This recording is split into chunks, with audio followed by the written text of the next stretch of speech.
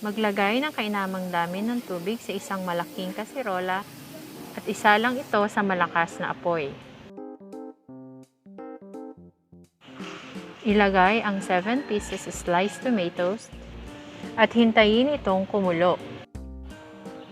Ihanda ang mga sumusunod. 3 pieces sliced eggplants, 2 tali na fresh pechay at 1 taling string beans. 10 pieces sliced garlic, 1 big piece sliced onion, 2 medium-sized sliced radish, and fresh shrimp 1.5 kilos, 3 sachets, 22 grams sampalok mix original. Kapag kumulo na, syempre pwede na nating ilagay ang hipon. So habang nilalagay ko to, please don't forget to click the subscribe button and the notification bell para ma-notify kayo pag may bago akong uploaded na video.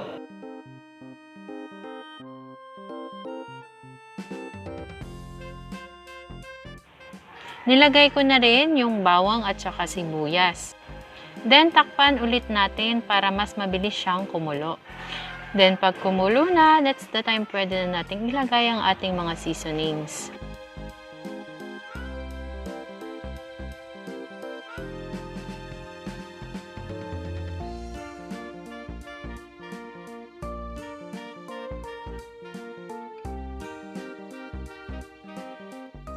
Pwede na nating ilagay ang 1 to 2 teaspoon of ground black pepper.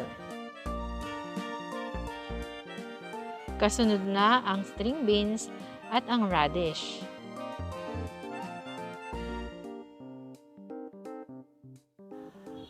Magpiga ng kalahati ng medium-sized lemon at niyadyad na konting balat ng lemon. Nilagay na rin dito ang talong at pechay. So, hihintayin na lang nating kumulo. Then, pag kumulo na, ready to serve na siya. Bango-bango. Tara, kain tayo. Ang sarap nito sa kanin. So, that's all for this video. Please don't forget to click the subscribe button and the notification bell at i-click mo ang all.